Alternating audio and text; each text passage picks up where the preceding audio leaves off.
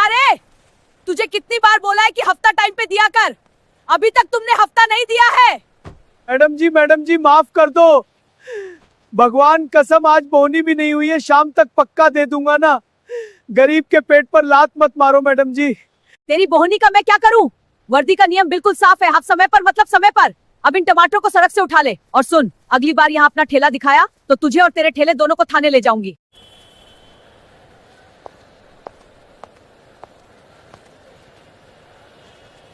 Madam जी आपकी cold drink. और सुन, अगली बार बिना बोले बोतल बाहर होनी चाहिए। जी मैडम जी। भैया आज बॉर्डर से घर आ रहे हैं। भैया को काजू कतली बहुत पसंद है, आज तो वो बहुत खुश होंगे। जल्दी घर पहुंचती हूँ, उनके लिए खाना भी तो बनाना है।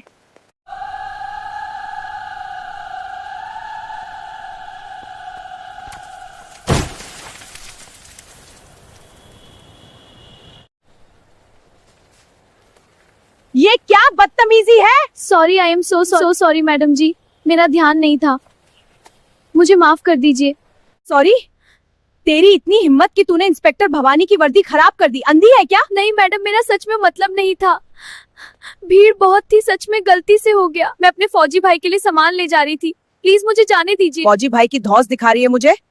इससे पहले कि प्रिया कुछ और बोल पाती, भवानी ने अपना भारी हाथ उठाया और प्रिया के गाल पर एक जोरदार थप्पड़ जड़ दिया। थप्पड़ इतना तेज था कि प्रिया जमीन पर गिर पड़ी। पूरे बाजार में खड़े लोग सन्न रह गए। सबको बुरा लग रहा था, लेकिन खाकी वर्दी के खौफ ने सबके मुंह पर ताला लगा रखा था। आदित्य डीएम, जो अब तक चुपचाप सब देख रही थी, उसने अपना दुपट्टा थोड़ा और कस लिया। उसकी आंखों में अब इंस्पेक्टर भवानी के लिए रहम की कोई गुंजाइश नहीं बची थी। प्रिया जमीन पर बैठी फूट फूट कर रो रही थी। उसने अपने कांपते हाथों से अपना मोबाइल निकाला। उसका भाई विक्रम बस शहर के बस स्टैंड पर पहुंच ही गया था। प्रिया ने रोते हुए विक्रम को कॉल मिलाया। जैसे ही विक्रम ने फोन उठाया, प्रिया सिसकते हुए बस इतना ही बोल पाई, भैया जल्दी आ जाओ, सुभाष मार्केट में एक पुलिस वाली मुझे बहुत मार रही है, भैया मुझे बचा लो। फोन स्पीकर पर था। उधर से विक्रम की भारी और घबराई हुई आवाज आई, प्रिया क्या हुआ, कौन मार रहा है तुझे? तू रोना बंद कर, मैं बस 5 मिनट में वहां पहुंच रहा हूं। भवानी ने यह सुना तो जोर से हंसी। उसने प्रिया के हाथ से फोन छीन लिया और कॉल काट दी और बोली, बुला ले अपने फौजी भाई को। आज मैं भी देखती हूं कि वो आर्मी वाला इस पुलिस वाली का क्या बिगाड़ लेता है। आज तो मैं तुझे सरकारी काम में रुकावट डालने के जुर्म में ऐसी धारा लगाकर अंदर करूंगी कि तेरी पूरी जवानी जेल में सड़ेगी। भवानी ने प्रिया के बाल पकड़कर उसे जमीन से उठाया। मासूम प्रिया बस रो रही थी और बार बार कह रही थी, मुझे छोड़ दो, मेरी कोई गलती नहीं है। दूर खड़ी अदिति ने अब अपनी जेब से फोन निकाला। उसने किसी को कॉल किया और बस इतना कहा, मैं सुभाष मार्केट में हूं, अभी फोर्स मत भेजना, बस तुम वहां पहुंचो, मैं तुम्हें एक लोकेशन भेज रही हूं। यह कॉल उसने अपने भाई राहुल को किया था, जो एक वकील है। सुभाष मार्केट में एकदम सन्नाटा पसरा हुआ था। सिर्फ एक ही आवाज आ रही थी और वो थी प्रिया के रोने की, और जमीन पर उसकी खरीदी हुई मिठाइयां बिखरी पड़ी थीं, जो वो अपने फौजी भाई के लिए बड़े प्यार से लेने आई थी। उसके गाल पर इंस्पेक्टर भवानी के थप्पड़ के 5 उंगलियों के निशान लाल हो गए थे। इंस्पेक्टर भवानी अपनी पुलिस जीप के बोनट पर टेक लगाकर खड़ी थी। उसके चेहरे पर एक अजीब सी घमंडी मुस्कान थी। उसे मजा आ रहा था। उसे इस बात का घमंड था कि पूरे बाजार में किसी की हिम्मत नहीं हुई जो आगे आकर इस लड़की को बचा सके। ये आजकल के बच्चे जरा सी पुलिस की वर्दी देख लेते हैं तो घबरा जाते हैं और बात करते हैं। फौजी भाई की भवानी ने अपने पास खड़े हवलदार से कहा और जोर से हंसने लगी। हवलदार भी चमचागिरी करते हुए हंसने लगा। भीड़ में खड़ी आदिति डीएम की नजरें लगातार भवानी पर ही टिकी थीं। अदिति के चेहरे पर कोई भाव नहीं था, लेकिन अंदर ही अंदर उसका खून खौल रहा था। उसने अपने फोन का कैमरा ऑन कर लिया था और चुपचाप वीडियो बना रही थी। एक डीएम होने के नाते उसे पक्के सबूत चाहिए थे। वो जानती थी कि आज भवानी का घमंड टूटने वाला है। बस सही वक्त का इंतजार था। तभी बाजार के दूसरे कोने से एक लड़का भीड़ को चीरते हुए पागलों की तरह भागता हुआ आ रहा था। उसके कंधे पर एक बड़ा सा आर्मी का हरा बैग था। उसने सिंपल सी टी शर्ट और जीन्स पहनी हुई थी, लेकिन उसकी चाल और उसकी बॉडी बता रही थी कि वो कोई आम इंसान नहीं है। उसके पैरों में आर्मी वाले भारी बूट थे, जिनकी आवाज जमीन पर जोर जोर से आ रही थी। ये विक्रम था, जो विक्रम पिछले 10 महीने से बॉर्डर पर ड्यूटी कर रहा था। वो बस यही सोचकर घर आ रहा था कि अपनी छोटी बहन प्रिया के हाथ का बना खाना खाएगा और अपनी मां के गले लगेगा। लेकिन बस स्टैंड पर उतरते ही उसे प्रिया का वो रोता हुआ फोन आ गया। विक्रम ने न बैग देखा न रास्ता, बस एक ऑटो वाले को पैसे फेंके और दौड़ता हुआ मार्केट पहुंच गया। भीड़ को हटाते हुए जैसे ही विक्रम बीच में आया, उसके कदम अचानक रुक गए। सामने का नजारा देखकर विक्रम का दिल बैठ गया। उसकी लाडली बहन, जिसे उसने बचपन से कभी एक खरोंच तक नहीं लगने दी थी, वो जमीन पर बैठी रो रही थी। उसका दुपट्टा मिट्टी में सना था और गाल सूजा हुआ था। पास ही एक महिला पुलिस इंस्पेक्टर हाथ में डंडा ली खड़ी थी। विक्रम के हाथ से उसका बैग छूटकर जमीन पर गिर गया। प्रिया विक्रम के मुंह से एक भारी आवाज निकली। प्रिया ने जैसे ही अपने भाई की आवाज सुनी, वो एक झटके में उठी और दौड़कर विक्रम के गले लग गई। भैया, भैया आ गए आप? इन्होंने मुझे मारा भैया, मेरी कोई गलती नहीं थी, मैंने कुछ नहीं किया। प्रिया विक्रम के सीने से लगकर ऐसे रोने लगी जैसे कोई छोटा बच्चा अपनी मां को देखकर रोता है। विक्रम का दिल अंदर से छलनी हो गया। उसने प्रिया के सिर पर हाथ फेरा और उसे शांत करते हुए कहा, चुप हो जा मेरी गुड़िया, तेरा भाई आ गया है ना, अब कोई तुझे हाथ नहीं लगाएगा, रोना बंद कर। विक्रम ने प्रिया का चेहरा अपने हाथों में लिया और उसके गाल पर थप्पड़ का लाल निशान देखा। विक्रम की आंखों में जो अभी तक एक भाई का प्यार था, वो अचानक से एक फौजी के भयंकर गुस्से में बदल गया। उसकी नसें तन गईं और आंखें लाल हो गईं। उसने प्रिया को धीरे से अपने पीछे किया और इंस्पेक्टर भवानी की तरफ पलटा। किसने हाथ उठाया मेरी बहन पर? विक्रम की आवाज इतनी तेज और भारी थी कि पीछे खड़े कुछ लोग डर के मारे एक कदम पीछे हट गए। भवानी ने अपना काला चश्मा आंखों से हटाया और बड़ी बदतमीजी से विक्रम को ऊपर से नीचे तक देखा। तो इंस्पेक्टर भवानी ने अकदते हुए कहा, मैंने उठाया है, क्या कर लेगा तू? तू ही है वो फौजी भाई जिसकी ये धमकी दे रही थी। शक्ल से तो तू कोई गली का गुंडा लगता है। तू मुझे बताएगा कि पुलिस को अपना काम कैसे करना चाहिए। भवानी डंडा घुमाते हुए विक्रम के पास आई। विक्रम ने अपनी मुट्ठी कस ली। मैडम, मैं पुलिस की वर्दी का बहुत सम्मान करता हूं। मैं खुद देश की वर्दी पहनता हूं। हम सरहद पर बर्फ में और गोलियों के बीच अपनी जान इसलिए दांव पर लगाते हैं ताकि हमारे देश के लोग, हमारी मां बहनें अपने ही शहर में सुकून से जी सकें, सुरक्षित रह सकें। और आप उसी वर्दी को पहनकर मासूमों पर गुंडागर्दी कर रही हैं। भवानी को विक्रम की बातें तीर की तरह चुभी। उसका ईगो हर्ट हो गया कि इतने लोगों के सामने एक आम सा लड़का उसे ड्यूटी सिखा रहा है। तो भवानी गुस्से में चिल्लाई, ओए फौजी, ज्यादा डायलॉग बाजी मत कर। ये कोई फिल्म नहीं चल रही है, ये मेरा इलाका है, यहां मेरी मर्जी चलती है। तेरी बहन ने बदतमीजी की, मेरी सरकारी वर्दी पर कोल्ड ड्रिंक गिराई। मैंने सिर्फ एक थप्पड़ मारा है। अगर मेरा दिमाग घूमा तो दोनों भाई बहन को अंदर डाल दूंगी और ऐसी धुलाई करूंगी कि सारी फौजीगिरी भूल जाएगा। विक्रम एक कदम आगे बढ़ा। उसकी आंखों में रत्ती भर भी डर नहीं था। सरकारी वर्दी, ये वर्दी जनता की रक्षा के लिए है मैडम, जनता को डराने के लिए नहीं। मेरी बहन ने गलती से आपसे टकरा गई होगी, उसके लिए आप उसे थप्पड़ कैसे मार सकती हैं? कानून आपको यह हक नहीं देता। आपको मेरी बहन से माफी मांगनी होगी। विक्रम ने सीधे भवानी की आंखों में देखकर कहा, माफी? मैं? इंस्पेक्टर भवानी एक सड़क छाप लड़की से माफी मांगेगी? भवानी गुस्से से पागल हो गई। उसने अपने हवलदारों को इशारा किया, ओए पकड़ो इस फौजी को, इसका बहुत खून खौल रहा है ना, आज इसे हवालात की हवा खिलाते हैं। दोनों को गाड़ी में डालो, इन पर पुलिस पर हमला करने का केस ठोकूंगी। दो मोटे मोटे हवलदार विक्रम की तरफ आगे बढ़े।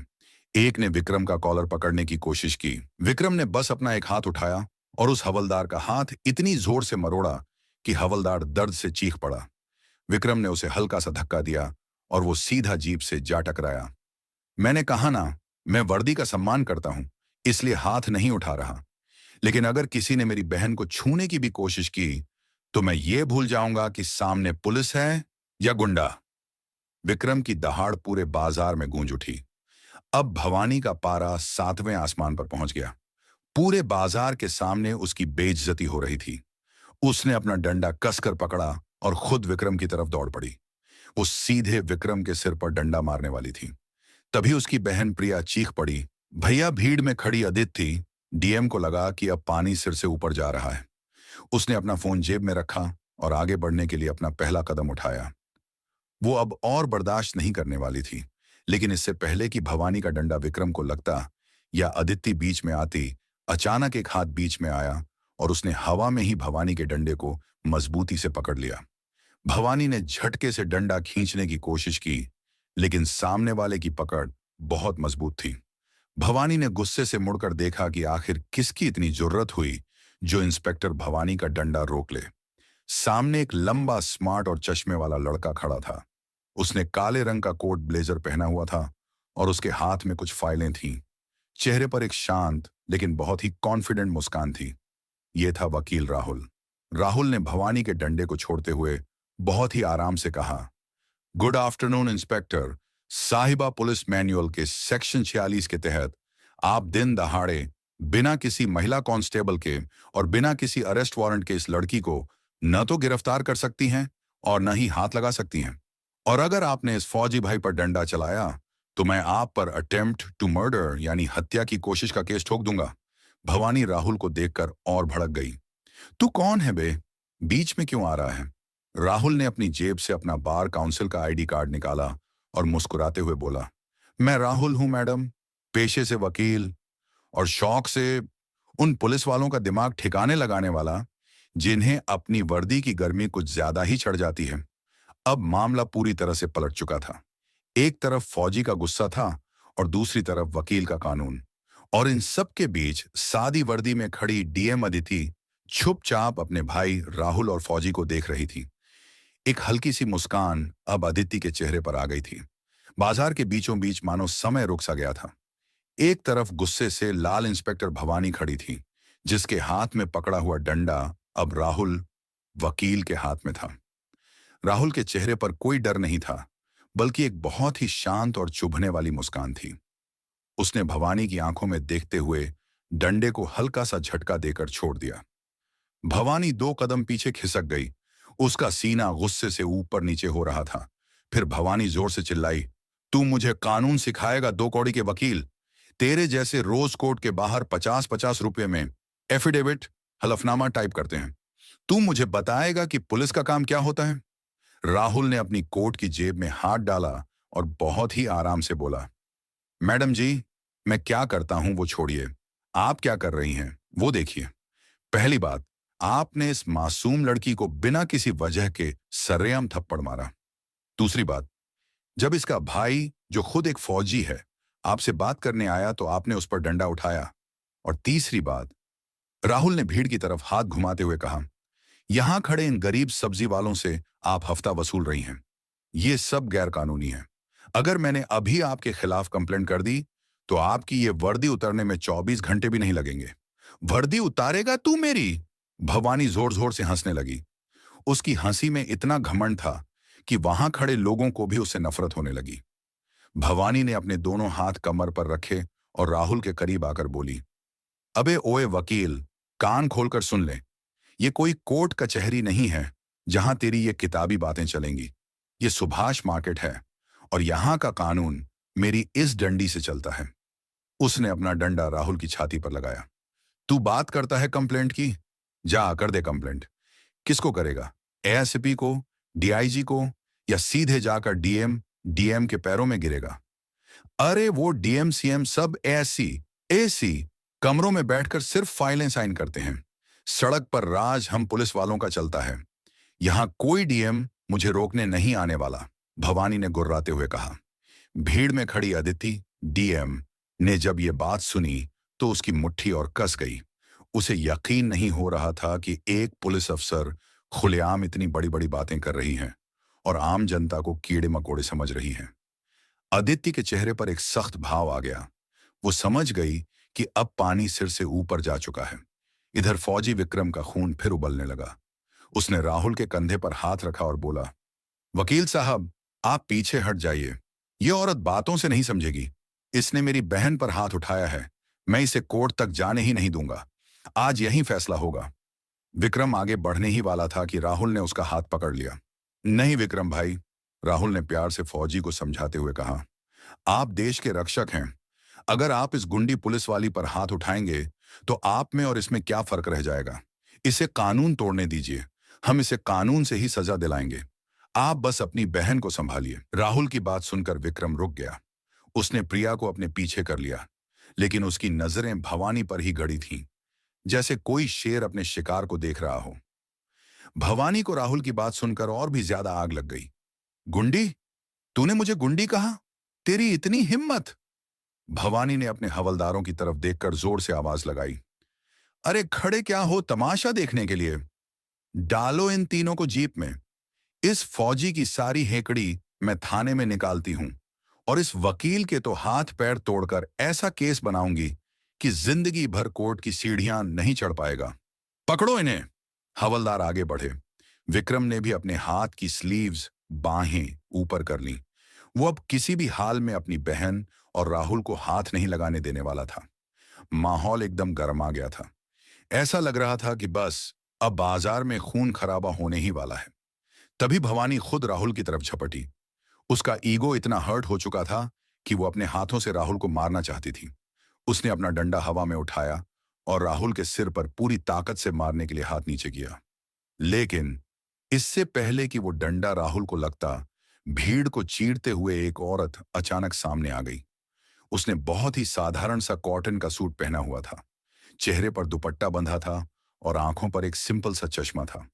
उस औरत ने आगे बढ़कर भवानी का हाथ बीच हवा में ही पकड़ लिया। उसकी पकड़ इतनी मजबूत और सख्त थी कि भवानी का हाथ वहीं के वहीं रुक गया। भवानी ने गुस्से से उस औरत की तरफ देखा। उसे लगा कि बाजार की कोई आम औरत बीच बचाव करने आ गई है। ऐ औरत, तेरा दिमाग खराब है क्या? पुलिस के काम में दखल दे रही है? छोड़ मेरा हाथ, वरना तुझे भी इसी जीप में ठूंस दूंगी। भवानी उस औरत पर बुरी तरह चिल्लाई और उसे धक्का देने की कोशिश की, लेकिन वो औरत अपनी जगह से 1 इंच भी नहीं हिली। उसने उल्टा भवानी का हाथ झटके से नीचे कर दिया और उसे 1 कदम पीछे धकेल दिया। भवानी का मुंह खुला का खुला रह गया। एक आम सी दिखने वाली औरत की इतनी हिम्मत! वो पागलों की तरह उस औरत पर झपटने वाली थी। तभी वकील राहुल के चेहरे पर एक बहुत ही चौड़ी और सुकून वाली मुस्कान आ गई। उसने विक्रम के कंधे पर हाथ रखा और भवानी की तरफ देखकर जोर से बोला, इंस्पेक्टर साहिबा, अपनी औकात में रहिए। आप जिस पर हाथ उठाने जा रही हैं और जिसे आप धक्का दे रही हैं, वो सिर्फ मेरी बहन नहीं है। भवानी रुकी। उसके माथे पर पसीना आ गया। बाजार में सन्नाटा छा गया। सब बस उसी साधारण सी औरत को देख रहे थे।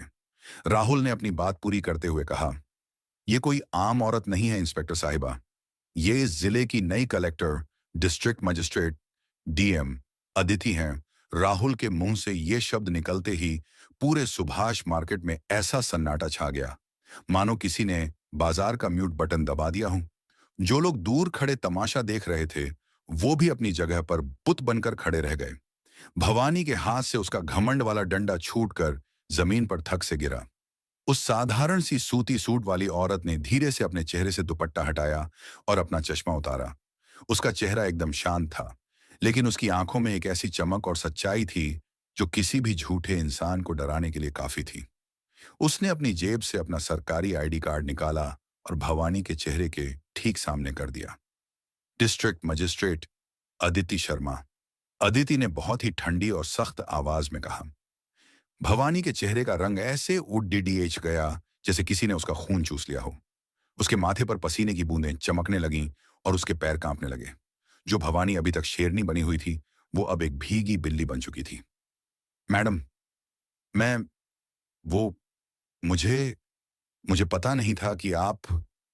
भवानी के मुंह से शब्द ही नहीं निकल रहे थे। वो हकला रही थी। अदिति ने आईडी कार्ड वापस जेब में रखा और भवानी की आंखों में सीधे देखते हुए कहा, तुम्हें पता नहीं था? इसका मतलब है कि अगर मेरे सामने कोई आम औरत होती तो तुम उसे बेदर्दी से पीट देती, सिर्फ इसलिए क्योंकि तुम्हारे शरीर पर यह खाकी वर्दी है। भवानी ने नजरें नीचे कर ली। वो कुछ नहीं बोल पाई।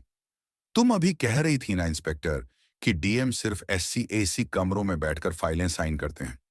अदिति ने आगे बढ़कर कहा, तुम्हें क्या लगा सरकार हमें जो कुर्सी देती है वो सिर्फ आराम करने के लिए है? मैं पिछले आधे घंटे से इसी बाजार में खाड़ी डाडी होकर तुम्हारी सारी गुंडागर्दी देख रही थी। तुमने एक गरीब सब्जी वाले का ठेला पलट दिया, इस मासूम लड्ढकी को बिना बात के थप्पड़ मारा, और जब एक फौजी भाई अपनी बहन को बचाने आया तो तुमने उस पर भी डंडा उठाया। पास खद्दे हवलदार, जो अभी तक विक्रम और राहुल को पकड़ने के लिए उछल रहे थे, वो डर के मारे 2 कदम पीछे खिसक गए। उन्हें समझ आ गया था कि आज उनकी मैडम की नौकरी जाने वाली है। अदिति की आवाज अब और तेज हो गई। ये वर्दी जो तुमने पहनी है ना भवानी, ये तुम्हें जनता की रक्षा करने के लिए दी गई है, उन पर अपना जोर आजमाने के लिए नहीं। तुमने इस वर्दी का सरेआम मजाक बनाया है। तुम्हें तो पुलिस डिपार्टमेंट में रहने का कोई हक ही नहीं है। भवानी रोने जैसी हो गई। उसने हाथ जोड़ ढाला ली। मैडम, प्लीज मुझे माफ कर दीजिए, मुझसे बहुत बड़ी गलती हो गई। आइंदा ऐसा नहीं होगा मैडम। मेरी नौकरी।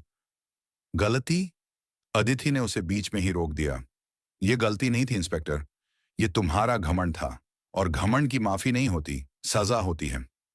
अदिति ने अपने भाई राहुल की तरफ देखा और बोली, राहुल, एसपी साहब को कॉल लगाओ और कहो कि इंस्पेक्टर भवानी को मैंने ऑन द स्पॉट सस्पेंड कर दिया है।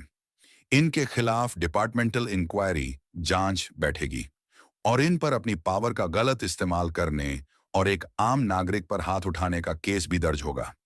यह सुनते ही भवानी धड्डा हाम से जमीन पर गिर पड्डी और रोने लगी। लेकिन बाजार में खड्डे किसी भी इंसान को उस पर तरस नहीं आ रहा था। सबको लग रहा था कि आज भगवान ने सही इंसाफ किया है। अदिति ने भवानी की तरफ से मुंह मोद्दा और प्रिया के पास गई। प्रिया अभी भी डरी हुई थी और विक्रम के पीछे खड़ी ही थी। अदिति के चेहरे पर अब कोई गुस्सा नहीं था। उसके चेहरे पर एक बड़ी बहन वाला प्यार था। उसने प्रिया के पास जाकर बहुत ही नरमी से उसके दोनों हाथ पकड़ दींच लिए। मुझे माफ कर दो बेटा, अदिति ने बहुत ही इमोशनल आवाज में कहा। प्रशासन और पुलिस की तरफ से मैं तुमसे माफी मांगती हूं। तुम अपने फौजी भाई के लिए खुशी खुशी मिठाई लेने आई थी और तुम्हें यह सब सहना पड़ा। ये निशान, प्रिया के गाल की तरफ इशारा करते हुए, तुम्हारे गाल पर नहीं, हमारे सिस्टम के मुंह पर एक तमाचा है। लेकिन मैं वादा करती हूं, अब इस शहर में कोई भी पुलिस वाला किसी मासूम पर हाथ उठाने से पहले 1000 बार सोचेगा। यह सुनकर प्रिया की आंखों से आंसू छलक पड़े। उसने बस धीरे से सिर हिलाया और अदिति को देखकर मुस्कुरा दी। उसे अब बहुत सुकून मिल रहा था। फिर अदिति विक्रम की तरफ मुद्दी। विक्रम की आंखों में अब गुस्सा नहीं, बल्कि अदिति के लिए बहुत इज्जत थी। अदिति ने पीछे हटकर विक्रम को देखा और फिर पूरे सम्मान के साथ अपना दायां हाथ उठाया और एक शानदार सैल्यूट किया। आप सरहद पर बर्फ में और गोलियों के बीच खड्डाढ़े होकर इस देश की रक्षा करते हैं विक्रम जी। आप हमारी असली ढाल हैं, अदिति ने कहा। यह हमारी जिम्मेदारी है कि जब आप वहां हमारे लिए लड़डियच रहे हों तो आपके पीछे आपका परिवार यहां अपने ही शहर में सुरक्षित रहे। आज जो हुआ उसके लिए मुझे बहुत अफसोस है। आप अपनी बहन को लेकर शान से अपने घर जाइए। आज के बाद कोई भवानी आपको परेशान नहीं करेगी। विक्रम का सीना गर्व से चौड़ा हो गया। उसने भी पूरे फौजी अंदाज में अदिति को सैल्यूट वापस किया। जय हिंद मैडम, आज आपने साबित कर दिया कि जब एक सही अफसर कुर्सी पर बैठता है तो आम जनता को किसी से डरने की जरूरत नहीं पड़ जाती। राहुल ने विक्रम से हाथ मिलाया और बोला, भाई छुट्टियां एंजॉय करो और बहन के हाथ का बढ़िया खाना खाओ। कोई लीगल जरूरत पड़ जाए तो तुम्हारा ये वकील भाई हमेशा हाजिर है। विक्रम ने मुस्कुराकर राहुल को गले लगा लिया। उसने जमीन से अपनी बहन की मिठाइयां और अपना आर्मी वाला बैग उठाया। उसने प्रिया का हाथ पकड़ा और बाजार से बाहर की तरफ चल दिया। आदित्य और राहुल ने उन्हें जाते हुए देखा। दोनों भाई बहन, डीएम और वकील के चेहरे पर एक संतुष्टि वाली मुस्कान थी। जैसे ही विक्रम और प्रिया वहां से गए, पूरे बाजार में अचानक से जोर जोर से तालियां बजने लगीं। सब्जी वाले, रिक्शे वाले, दुकानदार और वहां खड्डी औरतें सब खुशी से ताली बजा रहे थे। आज उन्होंने अपनी आंखों के सामने सच की जीत और एक असली अफसर की ताकत देखी थी। जमीन पर बैठी भवानी अपना मुंह छुपाकर रो रही थी और अदिति अपने भाई राहुल के साथ अपनी गाड़ी की तरफ बरा गई। शहर को उसका नया रक्षक मिल चुका था, जो खाकी में नहीं बल्कि सादी वर्दी में था। तो दोस्तों, यह कहानी केवल मनोरंजन और शिक्षा के उद्देश्य से बनाई गई है। इसमें दिखाए गए सभी पात्र, घटनाएं और संवाद काल्पनिक हैं। किसी भी वास्तविक व्यक्ति, संस्था या घटना से इनका कोई संबंध नहीं है। कृपया इसे केवल कहानी के रूप में देखें और इसका आनंद लें। हम किसी की भावनाओं को ठेस पहुंचाना नहीं चाहते। अगर आपको यह कहानी पसंद आई हो तो इसे लाइक करें और ज्यादा से ज्यादा लोगों तक शेयर करें। कमेंट करके बताएं कि आपको कौन सा कदम सबसे अच्छा लगा और हमारे चैनल को सब्सक्राइब करना ना भूलें, क्योंकि हम आपके लिए ऐसे ही प्रेरणादायक कहानियां लाते रहेंगे। धन्यवाद।